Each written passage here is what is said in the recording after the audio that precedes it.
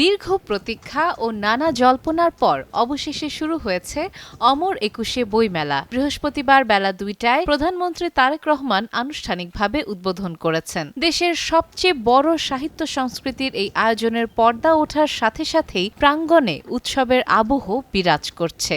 আসলে এটা দেশের সার্বিক পরিস্থিতির উপর আসলে নির্ভর করতেছে। প্রতি বছর আমরা দেখি যে ফেব্রুয়ারি মাস জুড়ে বইমেলাটা হয়, বাট এবার নির্বাচন থেকে শুরু করে রোজার মাস অনেক ধরনের সমস্যার কারণে এবার একটু লেটে শুরু হচ্ছে, বাট সমস্যা নেই, বইমেলা আসলে হলেই হলো। প্রতি বছরই আমরা একটা মাস সময় পাই বইমেলা, তখন 30 দিন জুড়েই থাকে।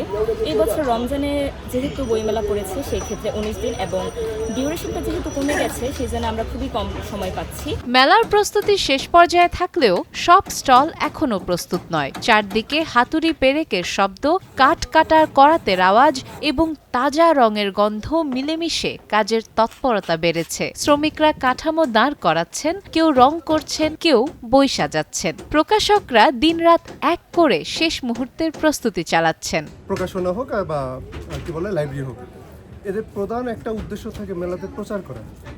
প্রচারটি থেকে মূল উদ্দেশ্য, তারপরে বিক্রিটা হচ্ছে এর মধ্যে বেনিফিটেড যদি করতে পারে। দর্শনার্থীদের মধ্যে মিশ্র অনুভূতি দেখা যাচ্ছে। অনেকে দীর্ঘ অপেক্ষার পর মেলা শুরু হওয়ায় খুশি হলেও অনেকেই মনে করছেন সব স্টল যদি পুরোপুরি প্রস্তুত থাকতো তাহলে পরিবেশ আরও প্রাণবন্ত হতো।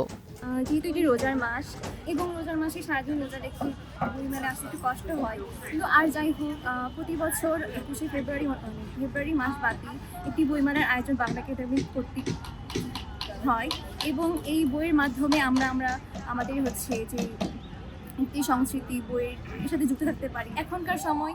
তবুও নতুন বই ও পাঠক লেখকের মিলন মেলায় মেলার সূচনায় বড় স্বস্তির খবর। তার মধ্যে মাঝখানে ঈদ পড়ে যাচ্ছে, আমরা তো সময় পাবো, তো আমরা যারা আসলে বই প্রেমী আছি, বই পড়ি, বই কিনি, তাদের জন্য একটু প্রবলেমই হয়। দেখা যাবে যে আমি যেমন ঢাকায় থাকি, আমার দেশের বাড়ি অন্য জায়গায়, তো সেই ক্ষেত্রে আমি ঈদ করতে চলে যাব বাসায়, আমি তো আর সেভাবে এসে বই কিনতে পারবো না, দেখে শুনে পড়তে পারবো না প্রতি বছর যেটা পারি। এবারের প্রস্তুতিতে সবচেয়ে বেশি চাপ সামলাতে হয়েছে প্রকাশকদের। শেষ মুহূর্তে প্যাভিলিয়ন বাতিলের কারণে যারা আগে বরাদ্দ পেয়েছিলেন তাদের পরিবর্তে ৫-৬টি সাধারণ স্টল দেওয়া হয়েছে। এতে নকশা, সাজসজ্জা ও পরিকল্পনায় নতুন করে সমন্বয় আনতে হয়েছে অনেককে। সাদিয়া ইসলাম, টাইমস টুডে।